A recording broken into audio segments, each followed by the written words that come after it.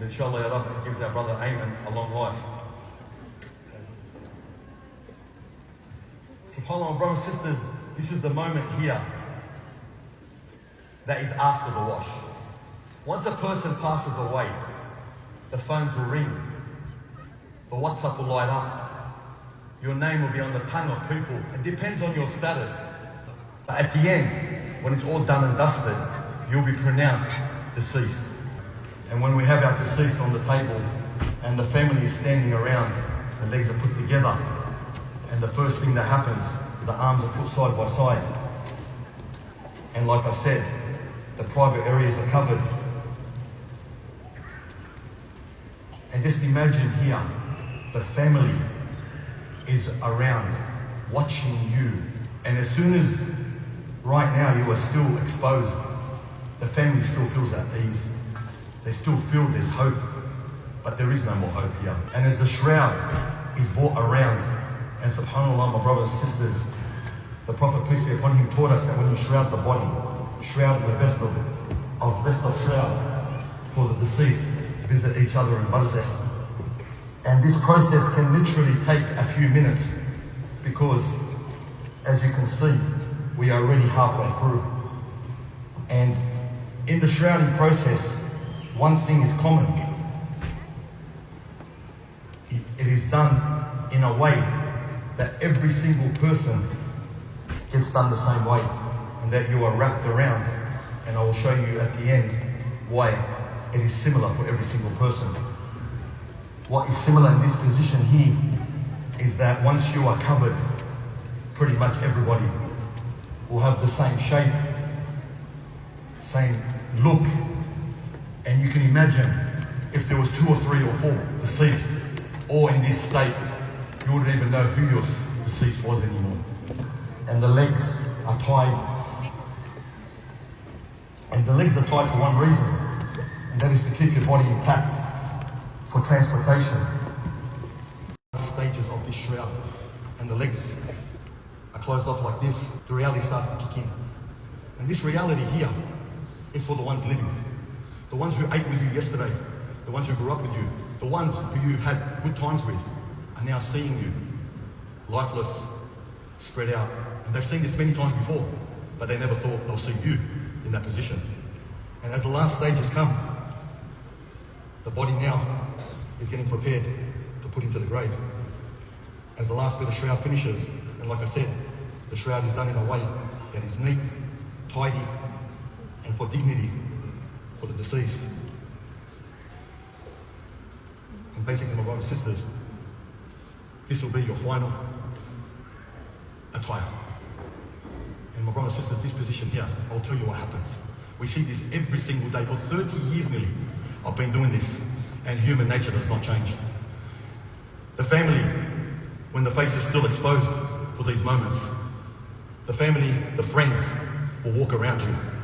Some will come closer, others will stay further.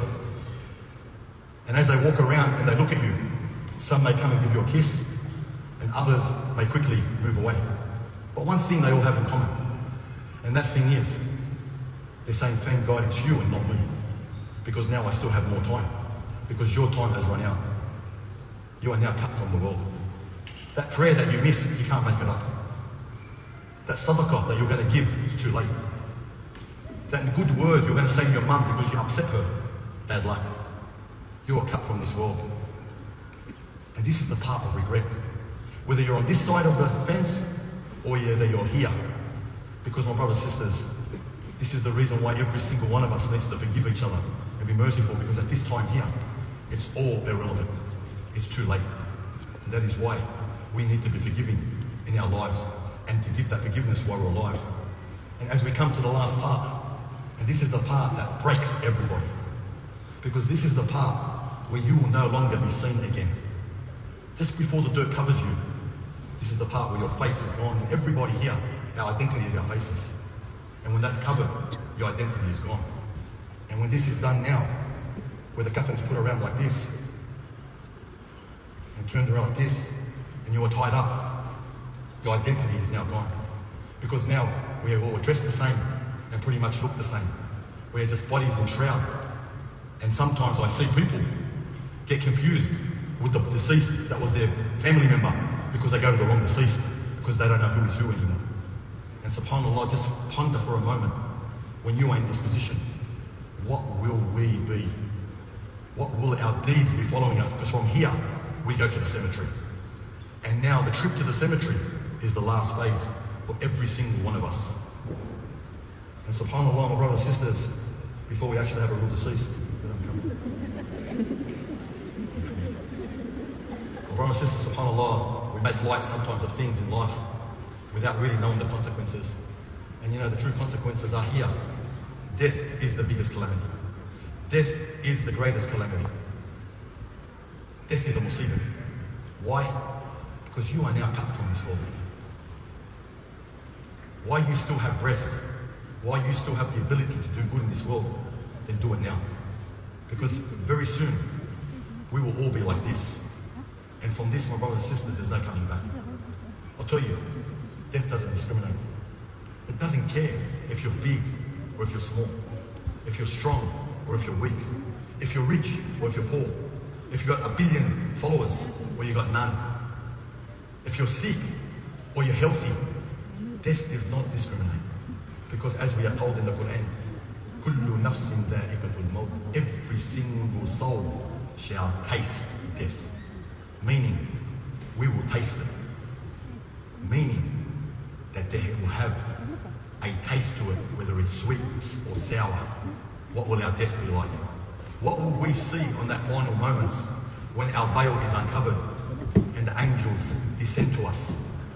What will we see? Will we see angels white like the sun giving us glad tidings? Or will we see opposite? And this will only be determined according to the way our life was lived. Because my brothers and sisters, from this point here, you are lowered into the grave.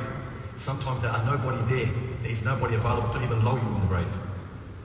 You are put into that grave on your right side, facing Kaaba, facing Mecca. These straps are undone. And that is only dignity, because your body now will begin to decompose, where it will expand.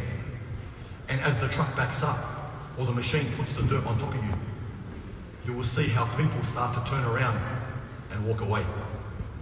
And once that grave is covered and a little identification plate is put, everybody has moved on. They have gone back to the world. And as the Prophet ﷺ told us, you will hear every footstep leave, indicating to us, or to you now in the grave, that you are now alone. Where's your partners? Where's your colleagues? Where's your brothers? Where's your sisters? Where's your mother? Where's your father? Where's the guy that stood by you all your life? Where's your gangster friends? They cannot help you anymore. The only thing now that can help you in the grave is your actions and deeds. And the grave will squeeze you. And we all pray that squeeze of the grave is like a mother who hasn't seen her child for a long time. Just a tight hug. To indicate to us, to tell you, you came from the dirt. You have returned to the dirt. And you will be resurrected from the dirt. It hugs you. It makes you know that you are back in the dirt.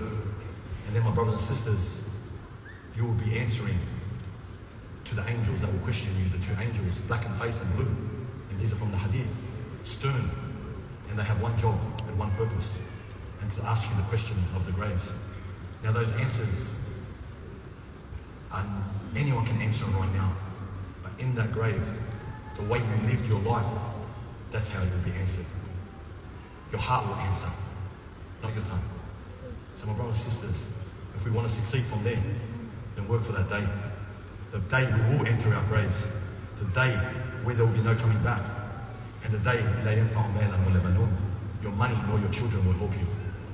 SubhanAllah, my brothers and sisters, after this point here, you're carried on the shoulders of men, strangers, to your final abode in the world, and that is the grave.